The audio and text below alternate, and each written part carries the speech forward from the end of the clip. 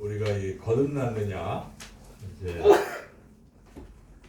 이러한 질문을 우리가 받으면 우리는 흔히 구원파가 아닌가 이런 생각을 하게 됩니다. 왜냐하면 구원파가 질문하는 게 그거거든요. 거듭나셨습니까? 이렇게 물어봐요. 그러면 우리가 어떤 사람은 거듭났다는 말이 무슨 말인지 잘 또 몰라서 그냥 당황하기도 하고, 또 어떤 사람들은 그렇습니다 하고 또 거듭났음을 또 확실하게 이야기를 하면 구원파는 이어서 질문합니다. 그렇다면 언제, 몇 월, 며칠, 몇 시에 거듭나셨습니까? 그러면 그걸 기억하는 그리스도인들은 거의 없어요.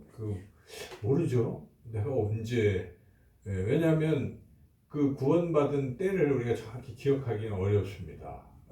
오늘도 우리가 말씀을 읽지만은 이 거듭나는 것은 마치 바람이 어디서 와서 어디로 부는지 잘 모르는 것처럼 우리가 의식 속에서는 잘 모를 수가 있어요. 그러나 우리의 어떤 잠재 의식이나 영적인 이런 것은 우리가 알 수는 있겠지만은 우리가 이런 의식으로는 잘 모를 수가 있는데, 그런 질문을 받으면 또 당황해서 머뭇거리고, 그러면 이제 구원파가 치고 들어오는 거죠. 그러면서 자기네 그 구원파의 교리를 막 이야기합니다. 근데 구원파는 이단입니다. 그들이 주장하는 것은 거듭남 귀한 거죠. 그런데 문제는 거듭남만 아주 강조를 해요.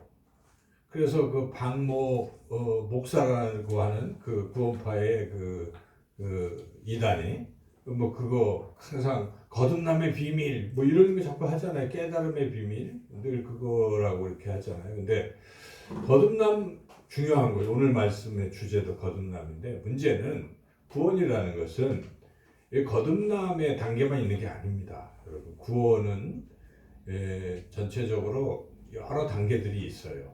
그래서 우리 장로교에서는 구원의 이 단계를 한 9개 정도 말하고 있어요. 구원의 단계들. 그런데 구원파는 그 중에 거듭남만 강조하는 거예요. 그러니까 구원받으면 다 완성이 됐다고. 그러니까 거듭났으면 다 완성됐다고 생각하고 그 뒤에 구원의 여러 요소들을 다 무시하는 겁니다.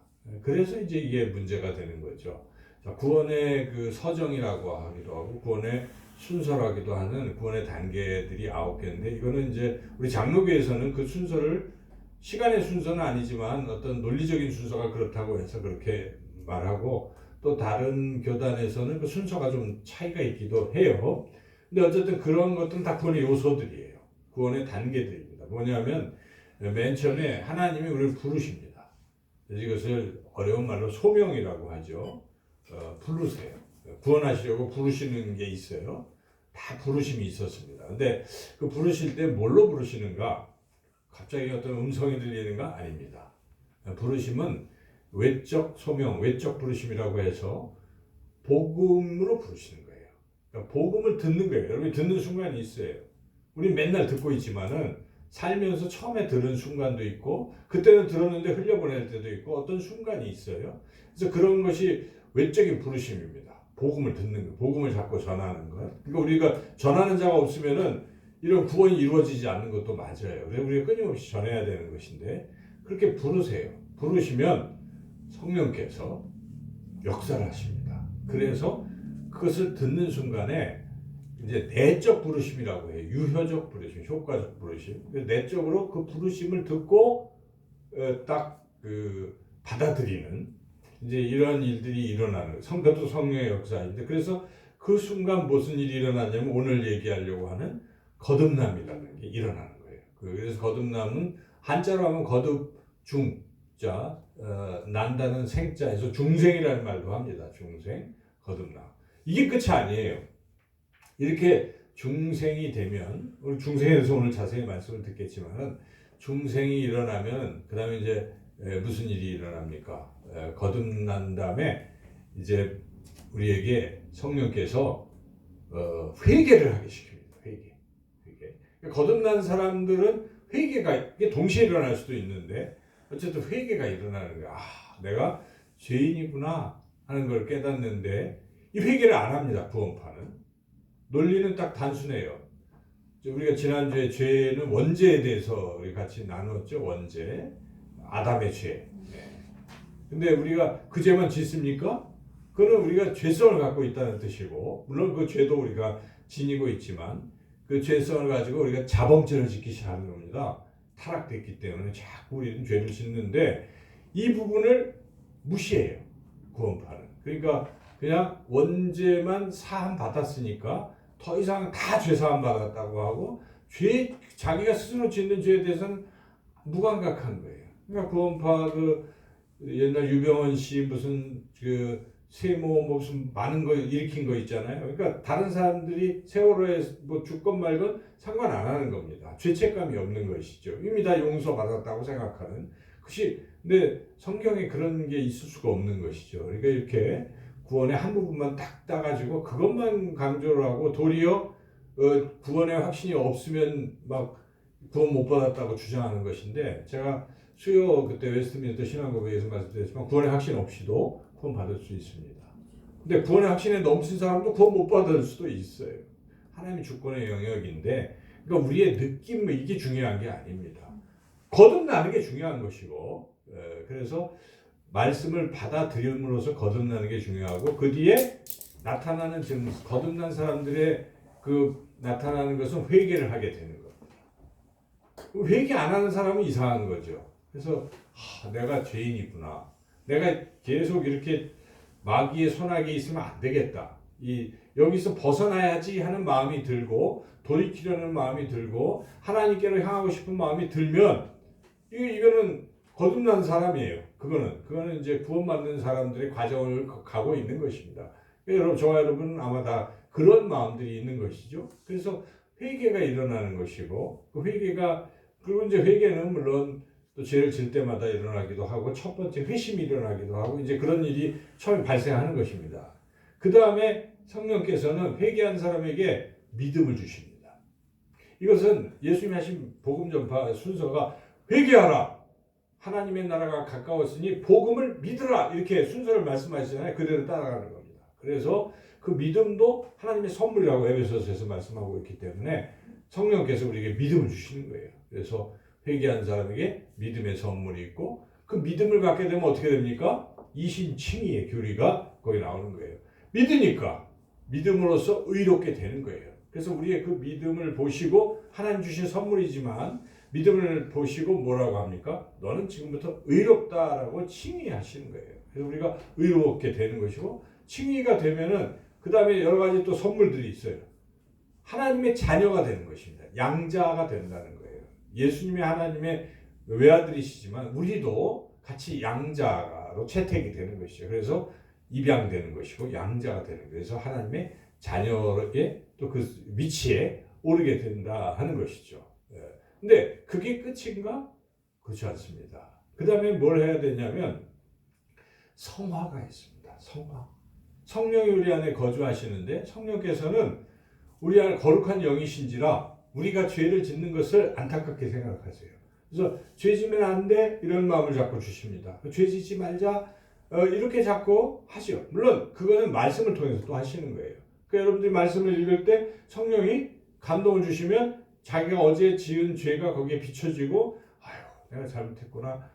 자, 제가 말씀드린 이런 과정을 겪고 있는 사람들은 지금 구원을 향해서 가고 있는 사람이고, 구원 받은 사람의 확실한 증거들이에요. 그게 증거들인데, 그렇게 죄와 싸우게 되고 영적 전쟁을 하는 것이죠. 그런데 성령께서는 그러한 상태를 계속 이끌어 주세요. 성도의 견인이라고 하는 거예요. 그래서 성령은 우리가 하나님 나라 갈 때까지 계속 우리를 이끌어 가세요. 그래서 우리는 51%는 우리는 의롭고, 그러니까 삶에서 49%는 그런 죄를 짓고 이제 그렇게 되는 거예요. 그래서 완전히 타락 속으로 가지는 않고 항상 그 상태에 성령께서 우리를 이끌어 가시고, 우리는 성화의 그런 과정을 쭉 겪다가 세상을 떠날 때, 예수님이 부활하실 때 우리는 완벽히 100% 퍼펙트하게 영화롭게 주님과 같이 되는 거예요. 이게 성경이 우리에게 말씀하고 있는 구원의 서정, 구원의 순서인 것이죠. 그래서 이런 구원은 다 완전히 완성된 게 아닙니다, 여러분. 그래서 빌립보서 구원을 두렵고 떨림으로 너희 구원을 이루라라고 사도 바울은 분명히 말씀하고 있어요. 그래서 이런 과정을 우리가 알고 지금 천국을 향해서 가고 있는 겁니다, 여러분. 지금 다 우리는 천국이 주어졌다라고 자꾸 하고 막 살려고 하는 경우가 있는데 그렇지 않고 이 과정을 우리가 하나씩 하나씩 나그네의 길을 지금 가고 있는 것입니다. 철로역정이라는 소설도 있잖아요. 그 길을 우리가 지금 가고 있어요. 그래서 우리가 교우들과 같이 이렇게 신앙생활 할 때는 우리가 다 같이 다 가야지. 우리가 천국을 다 가야지. 이런 마음을 가지고 오늘 이렇게 많은 분들이 빠졌잖아요. 그 마음이 안타까웠고 저분들이 저러다가 믿음이 다 떨어지고 그러면 안 되잖아요. 그래서 기도하고 권면하고 하면서 더불어 같이 가는 게 교회예요. 그 교회가 좋은 것입니다. 만약에 교회가 아니고 혼자서 신앙생활하면 어떻게 되겠습니까? 누가 가든 말든 아무도 상관을 안 해주지만 교회 공동체가 건강한 공동체라면 이럴 때 한 지체가 믿음이 떨어졌을 때 마음이 아픕니다. 아프고 어떻게 할까 신방도 하게 되고 그렇게 서로 같이 격려하고 천정을 향해서 가는 것. 이것이 바로 우리 구원의 과정인데 이 2단은 그렇게 하는 거죠. 하나만 따오 해가지고 거기서 이제 쭉 가서 교주 쪽으로 가는 것이죠. 그래서 여러분 2단에 우리가 절대 넘어가서는 안 될 것이고 오늘 이 중생이라는 이 부분에 대해서도 잘 알아야 돼요. 중생이 뭔지 거듭남이 뭔지 괜히 이런 거 잘 모르면 거듭남의 비밀 하는 2단에게 가서 아이고 은혜 받았습니다 하고 거기 빠지는 거예요. 그래서 근데 성경에 예수님 하신 말씀이 다 나와 있기 때문에 우리가 말씀을 통해서 거듭남은 이런 것이구나. 왜 우리는 거듭나야 하는가? 그리고 그러면 어떻게 거듭나는 것인가? 이런 것을 우리가 말씀을 통해서 오늘 우리 예수님의 이 말씀을 통해서 함께 은혜를 나누고자 합니다. 말씀 1절에서 15절인데 그 순서대로 쭉 보시면 지금 그런 것들이 다 드러나 있어요. 1절에서 3절까지는 왜 우리는 거듭나야 하는가 하는 이제 그런 부분을 예수님께서 말씀하신 것이죠. 그래서 이 내용은 그런 것입니다. 니고데모라는 사람이 밤에 예수님을 찾아왔어요. 왜 찾아왔냐면 이 구원 하나님 나라 이 들어가는 거에 대한 어떤 고민이 있었던 것이죠. 자기는 지금 나이도 예수님보다 훨씬 많습니다. 30대 예수님에 비해서 자기는 한 5, 60대에 그리고 자기는 유대에서 70명 중에 한 명이에요. 굉장한 사람이죠. 지위가 그런 뭐 우리로 말한다면 뭐 국회의원쯤 된다든지 이렇게 지위가 높고 또 말씀에 대해서는 정통하다고 하는 하나님의 나라를 다 알고 있는 듯한 이런 니고데모가 이 지금 예수님 소문을 들어보니까 막 병자를 고치고 기적이 나타나고 하나님의 나라를 선포하고 하니까 거기에 대한 관심이 있었어요. 근데 채통이 있어서 낮에는 못 가고 밤에 슬그머니 찾아간 거죠. 아직은 이 니고데모가 거듭나지 못한 상태라고 볼 수가 있겠죠. 아직 예수님도 잘 모르고 근데 와서 예수님은 정말 하나님이 보내신 사람입니다.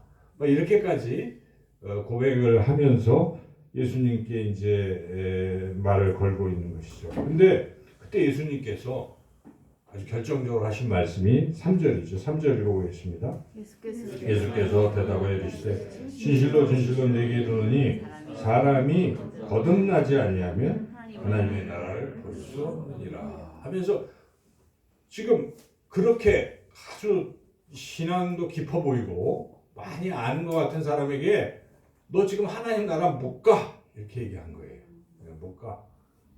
아예 볼 수도 없어. 들어가기는커녕 지금 먼저 약하게 얘기한 거죠. 볼 수도 없다. 뭐 못하면 거듭나지 못하면. 그러니까 거듭나는 게 얼마나 중요합니까, 여러분? 거듭나지 못한 사람은 하나님의 나라의 근처도 못 가는 것입니다. 볼 수도 없고 갈 수도 없어. 거듭나는 것. 그래서 우리가 거듭나야 되는 거예요.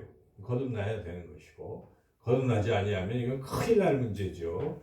거듭나야 되는 것이죠. 그래서 그래서 또 한 번 강조하죠. 아까는 볼 수 없다에다 들어갈 수 없다는 다시 한번 말씀하십니다. 5절 읽어보겠습니다.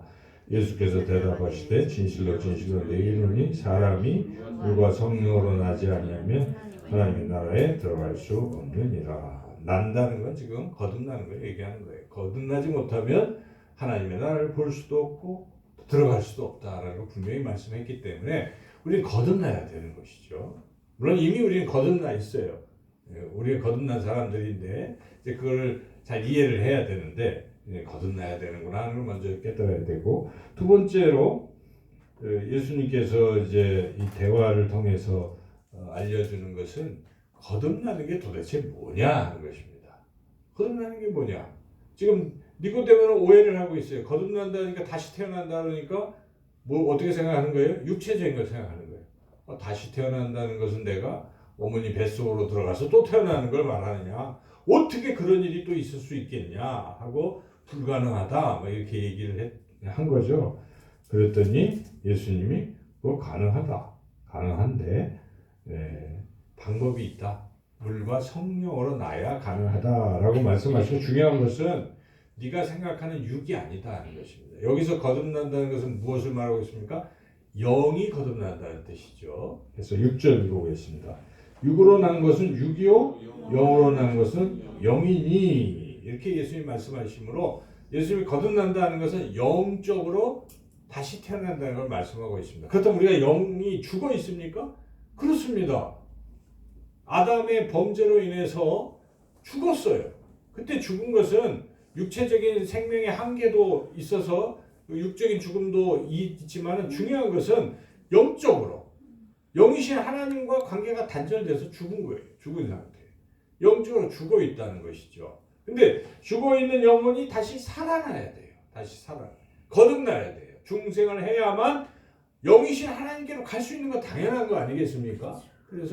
그래서 지금 이 얘기를 하는 거예요. 예수님께서 거듭나야 된다. 영이 거듭나야 된다. 그러면 영이 거듭나려면 영으로 거듭나는 것입니다. 하나님의 영이신 성령으로 거듭난다 하는 것이죠. 그리고 이 거듭남의 특징을 여기 주님이 말씀하시는데, 그것은 이제 8절에 말씀하고 있죠. 8절 읽어보겠습니다.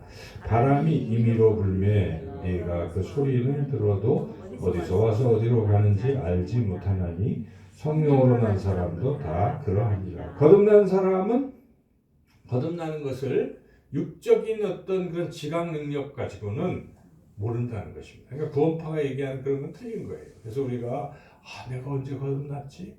이거 잘 몰라요. 그걸 어떻게 알겠어요? 그러나 이제 거듭났다는 것을 우리가 지금은 알 수 있는 것은 내 삶이 변화가 된 것입니다. 그래서 거듭났다는 것은 그 사람의 영혼이 새로 태어났기 때문에 성령께서 새로운 영을 이렇게 살려주셨어요. 그래서 물론 그건 출발에 불과하죠. 태어난 것이니까. 그런데 변화가 시작이 된 겁니다. 이제 여러분 인생을 쭉 돌이켜보면서 내가 예수님 믿기 전과 예수님 믿은 후가 달라졌다고 느끼면 거듭난 것입니다. 근데 똑같다.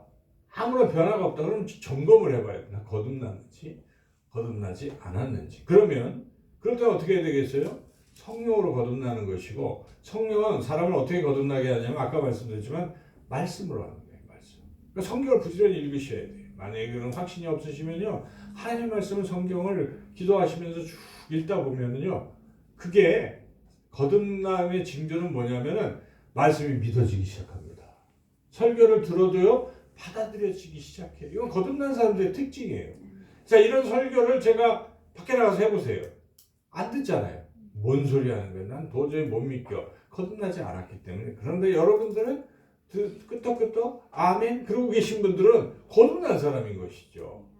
그것은 성령이 아니고서는 그것을 받아들이게 될 수가 없기 때문에 그렇습니다. 그래서 거듭난 사람들의 특징은 뭐냐? 잘 언제인지는 모르고 그렇지만은 영혼이 이미 이제 태어나 있기 때문에 영적인 세계를 받아들인다 하는 것입니다. 받아들이고 그렇게 또 성장해 나간다. 이걸 우리가 거듭난 것을 이제 무슨 뜻인지 이해가 가는 거죠. 자, 그러면 마지막으로 그럼 도대체 어떻게 거듭나는 것인가? 그것은 물론 성령으로 거듭나는 거예요. 성령이 말씀을 통해서 역사하시는데 우리가 해야 할 일도 있어요. 거듭날 때 우리의 특징이 있어요. 거듭나는 사람들의 특징은 그 9절부터 이제 어떻게 거듭나는지를 니고데모에게 이제 알려주는 거죠. 니고데모가 그러죠. 아니 어떻게 그렇게 거듭날 수가 있습니까? 라고 물어보죠. 어찌 그런 일이 있습니까? 물어볼 때 자 10절부터 쭉 예수님이 15절까지 말씀하신 거예요. 그래서 이 부분이 거듭나는 어떤 방법이라고 볼 수가 있어요. 그래서 예수님이 하신 말씀은 핵심적인 말씀은 이거 11절이라고 볼 수가 있는데요. 11절을 같이 한번 읽어보겠습니다. 진실로 진실로 내게 이르노니 우리는 아는 것을 말하고 본 것을 증언하노라. 그러나 너희가 우리의 증언을 받지 아니하는도다. 받지 아니하는도다. 니고데모를 비롯해서 거듭나지 못한 사람들은 받지 않는 겁니다. 주님이 아무리 천국 복음 하나님의 나라의 복음을 전해도 듣지도 않는 사람들도 있었고 들어도 다 그냥 한 귀로 흘려보내는 사람도 있었고 그걸 딱 받아들여서 믿지를 않는다는 것입니다. 이게 중요한 거예요. 그래서 예수님은 내쳐서 계속 이제 말씀하시는 거예요. 내가 땅의 일을 말해도 너희들이 잘 듣지도 않는데 하늘의 일을 말하면 듣겠느냐. 이렇게 안 받는 사람은요 계속 하늘의 이 신령한 말씀을 전해도 더 이상 안 들어요. 그죠? 처음부터 안 받아들이고 있기 때문에. 그래서 이미 우리가 지난번에 천국 비유도 또 들었죠. 큐티를 통해서 했나요? 마태복음 13장에 보면 천국 비유, 씨 뿌리는 자의 비유에 쭉 있잖아요. 그러니까 이게 좋은 밭은 뭐 하는 거예요? 받아들이는 거예요. 이게 신앙이 좋은 사람들, 좀 쉽게 표현하면 스펀지 같은 사람이에요. 그냥 물을 쭉쭉 빨아들이는 거야. 아멘, 아멘. 그럼 신앙이 확 자라요. 근데 10년이 지나서 20년 노매는 안 하지만 마음속으로는 뭔 소리 하는겨? 아 빨리 가야지. 왜 이렇게 설교가 길어? 이렇게 하는 사람은 이게 좀 어려운 겁니다. 어려운 거예요. 그리고 밭이 이상한 겁니다. 밭이 길 가든지 뭐 그런 거예요. 그래서 이게 참 이것도 은혜인데요. 받아들이는 태도도 하나님의 은혜예요. 말씀을 이렇게 받아들일 수 있으면 믿음이 이제 성장하기 시작하는 거예요. 또 거듭나는 것도 시작하고 성장이 시작되는 것인데 예수님이 왜 안 듣느냐 하면서 이제 말씀을 하시죠. 13절부터 15절까지 핵심을 말씀하고 있어요. 그래서 이것은 14절을 이제 먼저 예를 들어본 겁니다. 14절 읽어보겠습니다. 모세가 광야에서 뱀을 든 것까지 인자도 들려야 하리니. 자, 이 이야기는 민수기에 나오는 이야기인데요. 이스라엘 백성이 광야에 아주 가면서도 하나님 말씀 안 듣잖아요. 계속 배고프다, 목마르다, 뭐 이런 식으로 불평, 불만 막 했어요. 하나님께서는 그래도 인내하시면서 계속 그 인도하시다가 언젠가는 한번 하나님이 징계를 내리셨어요. 쫙 불뱀을 풀었습니다. 그래서 그 사람들 불평하는 사람들이 다 불뱀에 물려 죽었어요. 다 죽게 생겼어요. 지금 가나안 땅으로 인도해야 되는데 근데 모세가 하나님 앞에 간절히 하나님이 인도하신 백성이니까 살려주세요 하고 부르짖어 기도했을 때 하나님께서 모세에게 알았다 그리고 응답해 주시니 그럼 너 이게 장대를 높이 들고 거기다가 불뱀처럼 생긴 것이면 부리로 만들어라. 부리뱀을 만들어서 거기다 딱 걸어라. 그리고 그 보면 보는 사람은 살 것이다. 너무 쉽잖아요. 보기만 하면 사는데 그런데 개 중에 안 보는 사람들이 또 수치게 많은 게 뭔 소리냐. 이치에 안 맞는다. 아니 지금 뱀한테 물려서 막 죽어가고 있는데 그까지 부리를 보면은 부리가 날 살려주냔 말이냐. 말도 안 된다. 모세의 말을 안 듣는 하나님의 말씀을 안 듣고 받아들이지 않습니다. 받아들이지 않은 자는 그냥 죽었지만은 받아들인 사람은 살았다는 것입니다. 그냥 쳐다보기만 했는데 살아난 것입니다. 그러면서 예수님이 지금 결정적인 말씀을 하시는 인자도 들려야 하리니 인자도 그 장대에 달린 구리뱀과 같이 높이 십자가에 들리는데 그거를 바라보기만 하면, 그걸 받아들이기만 하면 그는 구원을 받을 것이다. 지금 그 말씀을 하신 것입니다. 그래서 15절 결론적으로 말씀하십니다. 읽어보겠습니다. 이는 그를 믿는 자마다 영생을 얻게 하여 하심이니라 하고 그 유명한 16절 17절이 계속 이어지고 있는 거예요. 이건 연결된 것인데 한번 읽어보겠습니다. 하나님이 세상을 이처럼 사랑하사 독생자를 주셨으니 이는 그를 믿는 자마다 멸망하지 않고 영생을 얻게 하려 하시니라. 하나님이 그 아들을 세상에 보내신 것은 세상을 심판하려 하심이 아니요 그로 말미암아 세상이 구원을 받게 하려 하심이라. 너무 쉬운 거예요. 믿기만 하면 구원받는. 너무 그 보기만 하면 장대의 그 불뱀을 보기만 하면 구원받는 것입니다. 예수님 믿고 구원받는 건 하나도 어렵지 않습니다. 하나님은 모든 사람이 구원받기를 원하십니다. 모든 사람이 구원받기를 원하는 성경에 나와 있어요. 그래서 구원의 길을 인류에게 다 주신 거예요. 누구든지 받아들이면 구원을 받는데 그 받아들이는 게 쉽지 않아요. 그런데 이상하게도. 그렇죠, 여러분. 우리는 어떻게 받아들였는지 이건 은혜예요. 은혜. 우리가 우리 인생 가운데 이걸 받아들여서 여기 앉아 있는 것이 참 신기한 것이죠. 이게 은혜예요, 여러분. 다른 게 은혜가 아닙니다. 그때 그냥 안 받아들이고 딴 길로 가서 다른 인생을 살 수도 있었는데 여기 온 것은 하나님이 그렇게 만들어 주신 거예요. 우리가 이 부분을 또 은혜로, 선물로 생각하는 것입니다. 그래서 어쨌든 우리는 받아들인 것입니다. 그래서 구원, 지금 거듭남부터 시작했잖아요.